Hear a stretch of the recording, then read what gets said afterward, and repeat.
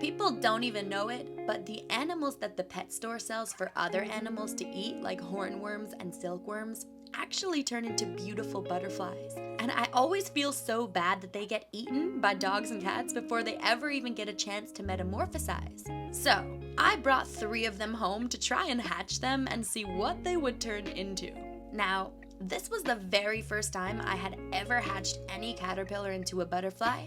Little did I know that I would soon be the butterfly hatching queen. But there's always a first in the process to becoming a queen. Anywho, I brought 3 of them home and revealed the 3 poor little wormy worms that I was about to save. And I got a tomato ready for them to snack on because I read that they love eating those and that they may even have a tint of red on their wings if they eat them before the metamorphosis. So, naturally, I was pumped. And I got to work right away making their home. I added oats, a little piece of apple. I really didn't know what I was doing at all, but that's okay because you learn and that's how you do things right. And soon their home was ready to go. By the way, I got their little home from the dollar store. You can get these little butterfly enclosures. They're so cute. So if you ever want to go on a caterpillar hunt, you know what to do. But these little worms were ready to create their chrysalises. They were munching on tomatoes for a few days, and that's when I noticed that they started to move a little bit slower. They started to change color a little bit, and I think they were getting ready for their chrysalis stage, which is just when they spin around in circles and create a capsule around their body, and then they wiggle in there and transform, and soon they emerge as a beautiful butterfly. Well, a moth, but I like to think of them as butterflies because they're just as beautiful.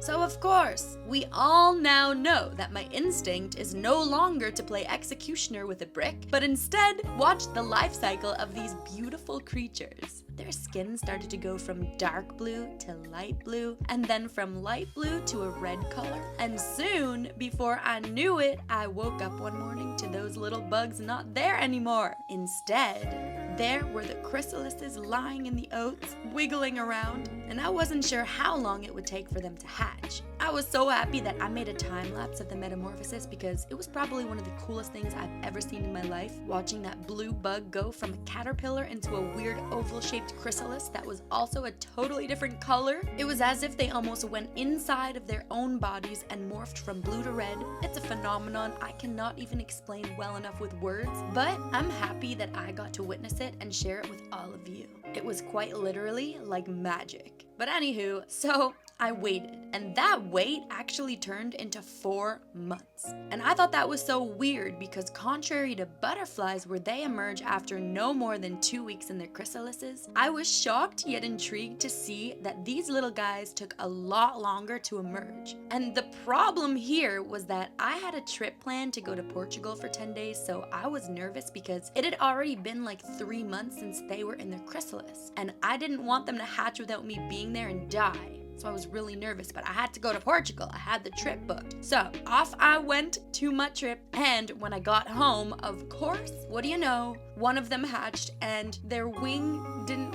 form properly as a result of me not being there to set it free. And remember, this was the very first time I had ever hatched any little caterpillar or worm before. So I learned and I got better, don't worry. But when I arrived home and noticed this, immediately I took the little butterfly out of her cage and I took her outside to give her a good last few days until she died. But I wasn't sure if she was gonna die. I just didn't know if she would be able to recover from this, especially since her wing was pretty much broken. Don't worry, I did my best to make her comfortable, but still at the back of my mind and my heart, I hoped that she would survive to see another day and her wing would heal and she would be able to fly away. And you know what? It actually seemed like her wing started to heal more and more every day, and almost 5 days passed of her just chilling with me. I kept giving her access to food like strawberries and some plant leaves to munch on, and water that I put on a cotton ball that she could sip from. I even hand fed her the water, and I made her a little home in the corner of my garden that wasn't enclosed fully so she could fly away whenever she felt like it, if she would ever be able to fly again at all. And don't worry, because moths only have a lifespan of about 40 days anyway, and I had already left her in that little enclosure when I was traveling for 14 days. So she really only had a few weeks left to live regardless, but I was determined to save her and give her a good life for those last few days. So there I was, becoming best friends with a little moth, healing her wings, feeding her food, helping her drink water. I think automatically I thought that she was a woman, okay? And she liked to climb on me too. It was the weirdest yet cutest thing I had ever experienced. I was creating a bond with this little caterpillar morphed moth butterfly. My dog Raffy even liked her too. He's so gentle he would just sniff her. But listen, 2 weeks passed, and at day 14 of her surviving, I woke up one day to find her missing. I couldn't find her anywhere, and I was a little bit nervous that a bird came and ate her, snatched her up, so I searched around my garden far and wide, and finally I found her in the corner of one of my plant pots, and immediately she climbed on my hand, and I put her back into her other home that was a bit more comfortable. But this made me wonder if she was indeed getting better, because she was trying to move around and fly, scrummaging around the garden. But guys, the very next day I woke up to our little friend, unfortunately with no life left in her. She passed away. I actually shed some tears for our friend. But it taught me so much about the life cycle of animals, and that every single one matters, and every one of them should be given a chance at life.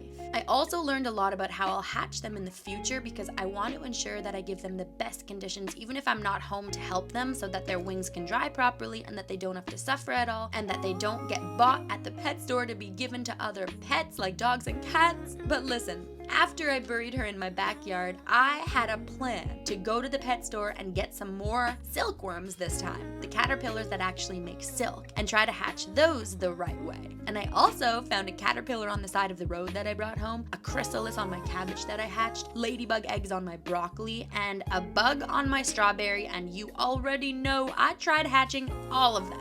Oh yeah, and I'm currently hatching duck eggs that I rented from a farmer, so next week I'm gonna show you what happened with all of those. But listen, thank you so much for watching my channel this week and learning about the life cycle of a hornworm and how beautiful it is to be able to witness the magic that we call life. I'll see you next week.